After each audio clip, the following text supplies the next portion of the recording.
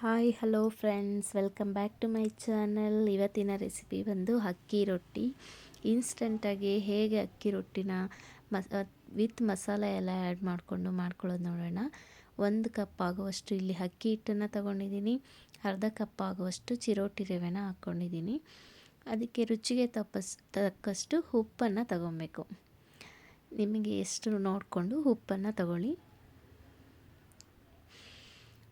ಈಗ ಅದಕ್ಕೆ ಸ್ವಲ್ಪ ಜೀರಿಗೆನ ಆ್ಯಡ್ ಮಾಡ್ಕೊತಾ ಇದ್ದೀನಿ.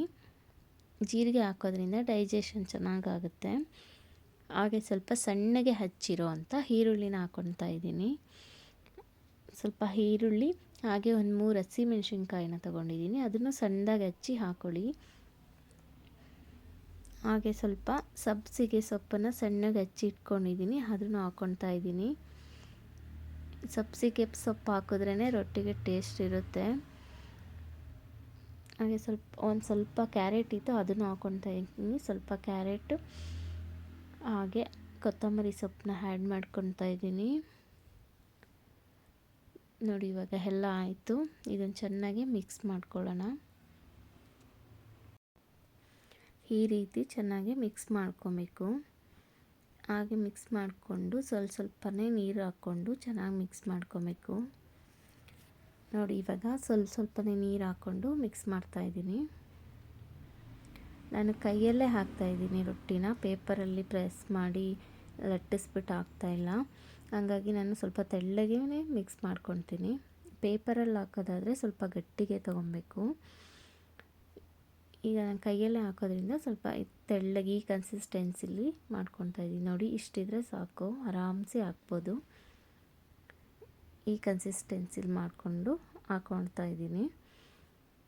ಈಸಿಯಾಗೆ ಮಾಡ್ಕೊಬೋದು. ಕೈಯಲ್ಲಿ ಎಳ್ಕೊಂಡ್ರೆ ಬೇಗನೂ ಆಗುತ್ತೆ, ಟೇಸ್ಟು ಇರುತ್ತೆ. ನೋಡಿ ಹೇಗೆ ಹಾಕೋದಂತ ನೋಡೋಣ. ಒಂದು ತವ ತಗೊಂಡಿದ್ದೀನಿ. ಅದಕ್ಕೆ ಸ್ವಲ್ಪ ಫಸ್ಟ್ ಆಯಿಲ್ ಹಚ್ಕೊಬೇಕು. ಸ್ವಲ್ಪ ಹಿಟ್ಟನ್ನು ತಗೊಂಡು ಈ ಥರ ತೆಳ್ಳಗೆ ಎಳ್ಕೊಬೇಕಾಗುತ್ತೆ. ನೋಡಿ ಎಷ್ಟು ನೀಟಾಗಿ ಬರ್ತಾಯಿದೆ. ನೋಡಿ, ಕೈಯಲ್ಲಿ ಹಾಕೋರು ಎಷ್ಟು ನೀಟಾಗಿ ತೆಳ್ಳಗೆ ಬಂದಿದೆ. ಈ ಥರ ಎಲ್ಲ ಒಂದು ಲೆವೆಲ್ಲಾಗಿ ಹಾಕ್ಕೊಳ್ಬೇಕು. ಈಗ ಸ್ವಲ್ಪ ಹೊತ್ತು ಬಿಟ್ಟು ಸ್ವಲ್ಪ ಎಣ್ಣೆನ ಹಾಕಬೇಕು. ನೋಡಿ, ಇವಾಗ ಬೆಂದಿದೆ ಅದು. ನೋಡಿ ಎಷ್ಟು ಚೆನ್ನಾಗಿದೆ, ತೆಳ್ಳಗೆ ಇದೆ. ಈಗ ಇನ್ನೊಂದು ಸೈಡು ಬೇಯಿಸ್ಕೊಬೇಕು. ಸ್ವಲ್ಪ ಎಷ್ಟು ನೀಟಾಗಿ ಬಂದಿದೆ, ಚೆನ್ನಾಗಿ ಬಂದಿದೆ. ತೆಳ್ಳನೂ ಇದೆ, ಹಾಗೆ ಕ್ರಿಸ್ಪಿಯಾಗೂ ಇದೆ. ನೋಡ್ತಾ ಇದ್ದೀರಲ್ಲ ಎಷ್ಟು ಚೆನ್ನಾಗಿ ಬಂದಿದೆ ಅಂತ. ನೋಡಿ, ಸೂಪರಾಗಿ ಬಂದಿದೆ, ತೆಳ್ಳಗೆ ಇದೆ, ಕ್ರಿಸ್ಪಿಯಾಗೂ ಇದೆ. ನೋಡೋಕ್ಕೆ ಎಷ್ಟು ಚೆನ್ನಾಗಿ ಕಾಣಿಸ್ತಾ ಇದೆ. ಇವಾಗ ಇನ್ನೊಂದು ರೊಟ್ಟಿನ ಹಾಕ್ಕೊತಾ ಇದ್ದೀನಿ. ನೋಡಿ, ಇದು ಎಷ್ಟು ಸೂಪರಾಗಿ ಬಂದಿದೆ. ಎಷ್ಟು ನೀಟಾಗಿ ಕೈಯಲ್ಲೇ ಎಳ್ಕೊಂಡು ಎಷ್ಟು ನೀಟಾಗಿ ಚೆನ್ನಾಗಿ ಬಂದಿದೆ.